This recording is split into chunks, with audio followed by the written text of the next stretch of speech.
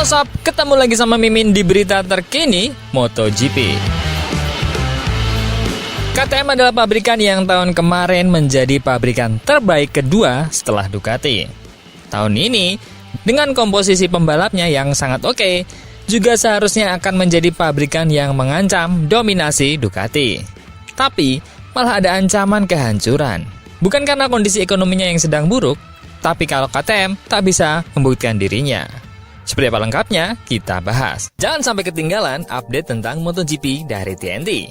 Dengan cara ketik hashtag MotoGP di kolom pencarian agar kamu bisa mendapatkan pilihan berita menarik yang kamu cari. Pastinya, tak seorang pun di sini yang ingin melihat jeda musim KTM dan wajah merek Austria itu muncul di media dengan segala gosipnya. Di antara rumor-rumor dan kesulitan keuangan yang mengancam keberlangsungan perusahaan untuk sementara waktu, Pete Bearer tak tinggal diam. Saat ini, KTM berada di awal musim MotoGP dengan 4 RC16 yang mumpuni, yang dikendarai oleh beberapa pembalap hebat. Bearer berbicara tentang Acosta.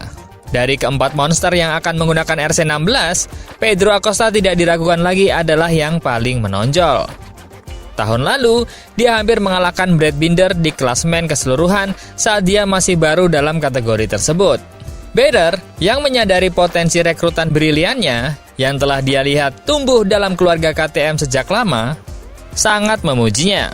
Dengan pengemudi yang lebih baik, kami juga mendapatkan dukungan yang lebih baik dari sponsor. Kami mengontrak mereka selama 2 tahun, termasuk Acosta.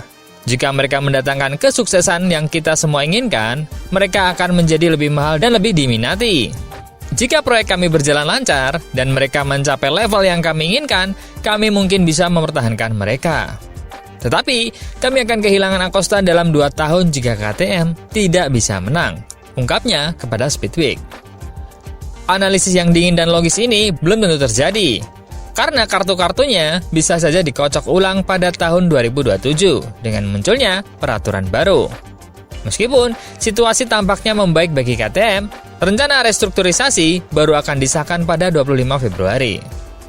Kami tahu bahwa segala sesuatu bergerak dengan sangat cepat dalam industri ini, yang keberlanjutan sebagian besar ditentukan oleh keberhasilan. Pedro Acosta pada bagiannya tampak mengambil alih misi ini. Di media, dia merupakan perwujudan KTM dan juga Red Bull, sponsor Austria yang tak terpisahkan. Sedangkan kedatangan Aki Ajo seharusnya tidak mengganggu ekosistem, tapi malah memperbaikinya. Pembalap Finlandia itu berhasil membawa harum KTM 3 tahun berturut-turut di Moto2, dari tahun 2021 sampai 2023. Sekarang, dia berada di kategori utama, tapi dengan tingkat permintaan yang sama. Saya 100% yakin dia akan memberi pengaruh baik pada Pedro. Aki adalah contoh cemerlang. Dia tahu cara membimbing para penunggangnya tanpa memberi mereka terlalu banyak kebebasan. Memang, rekam jejaknya lebih dari mengesankan. Aki menang bersama Marc Marquez di kelas 125cc pada tahun 2010 dan menjadi pemain utama dalam kemenangan ganda Johan Zarco pada 2015 dan 16 di kelas Moto2. Dialah pula yang memimpin tim Moto3 resmi saat Brad Binder menang pada tahun 2016. Oleh karena itu, dia dipertemukan kembali dengan prajurit setianya yang siap berperang bersamanya. Tapi, semoga ini bisa menjadi tanda yang memperkuat KTM. Karena, seperti yang kita tahu, Acosta tak sepi peminat. Dari pabrikan manapun dengan dana besar siap mengontraknya. Dan bahkan siap memberinya tempat yang terjamin. Tak hanya pabrikan Ducati saja yang sedang dalam masa keemasan. Pabrikan-pabrikan yang sedang berjuang dari Jepang pun siap menawarinya kontrak yang menarik. Dengan harapan, potensi muda yang memiliki skill di atas rata-rata dan mungkin bisa disetarakan dengan skill Marc Marquez yang bisa memberikan jaminan kemenangan jangka panjang. Setidaknya akan rutin bertarung di papan atas. Namun, ini juga ancaman nyata bagi KTM jika memang pabrikan lain memberikan tawaran yang lebih menarik, terutama di tahun 2027 nanti. Tak hanya dari sisi Acosta, KTM juga memiliki informasi soal garasi Aki Ajo yang dari Maverick Vinales. Maverick Vinales mengawali musim dengan beragam saat mengendarai KTM RC16. Meskipun pembalap Spanyol itu menunjukkan tanda-tanda menggembirakan selama tes bodiram, dia mengakui bahwa dia masih memiliki pekerjaan yang harus dilakukan untuk sepenuhnya memanfaatkan potensi motor barunya. Setelah presentasi resmi yang antusias, pembalap Spanyol itu segera menyadari bahwa beradaptasi dengan RC16 bukanlah tugas mudah. Namun, beberapa hari terakhir pengujian telah menunjukkan kemajuan yang signifikan terutama berkat bantuan yang tak ternilai dari tim Aki Ajo. Dalam uji coba 3 hari di Sepang, Vinales finish di posisi ke-16 secara keseluruhan. Hasil yang berada di bawah ekspektasi untuk pembalap sekali berdia. Namun, di Buriram, dia berhasil membuat lompatan maju yang penting. Bergerak dari posisi 18 ke posisi ke-9, dengan meningkatkan waktunya lebih dari 1,2 detik. Pada hari kedua, saya mampu meningkatkan pengereman saya. Itulah sebabnya, saya lebih baik. Tapi, saya masih perlu memahami pengereman dengan lebih baik dan mempelajari cara kerja motor ini.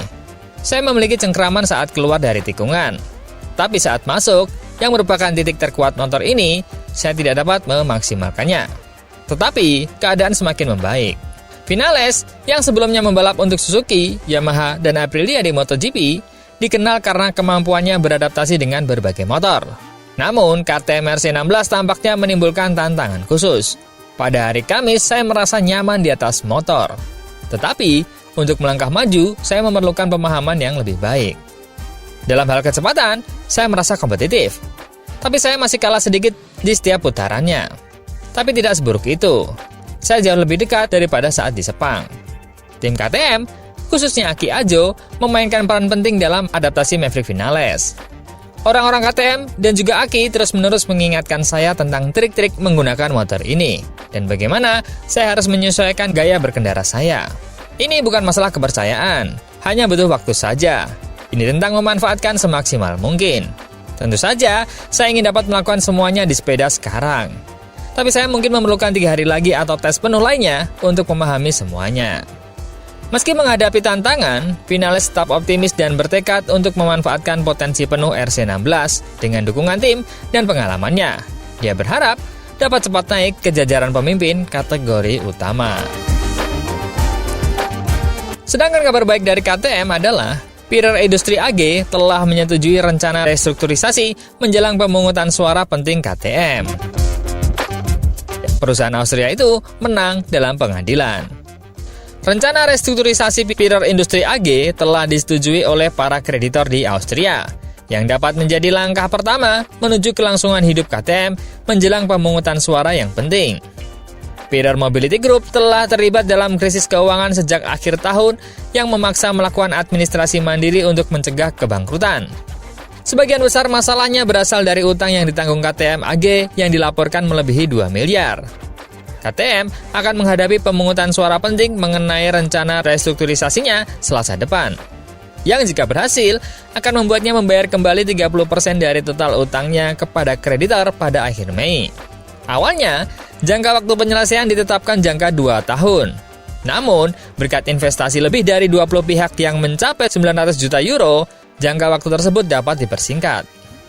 Menurut ORF, sekitar 600 juta diperlukan untuk memenuhi kuota pembayaran ini. Sementara 150 juta euro diperlukan untuk mengakhiri pembekuan produksi KTM di pangkalan Mattighofen. Harapannya, produksi dapat dimulai kembali pada pertengahan Maret.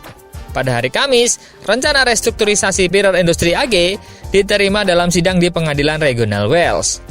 Pirer Industri AG mengajukan kebijakan pra-kebangkrutan yang dikenal sebagai prosedur restrukturisasi Eropa. Perusahaan tersebut disetujui untuk pembiayaan sebesar kurang dari 250 juta yang dimintanya, yang akan dibayar kembali secara penuh. Kemudian, Asosiasi Kreditur Alpine melihat ini sebagai kemungkinan langkah pertama menuju keberhasilan untuk KTM.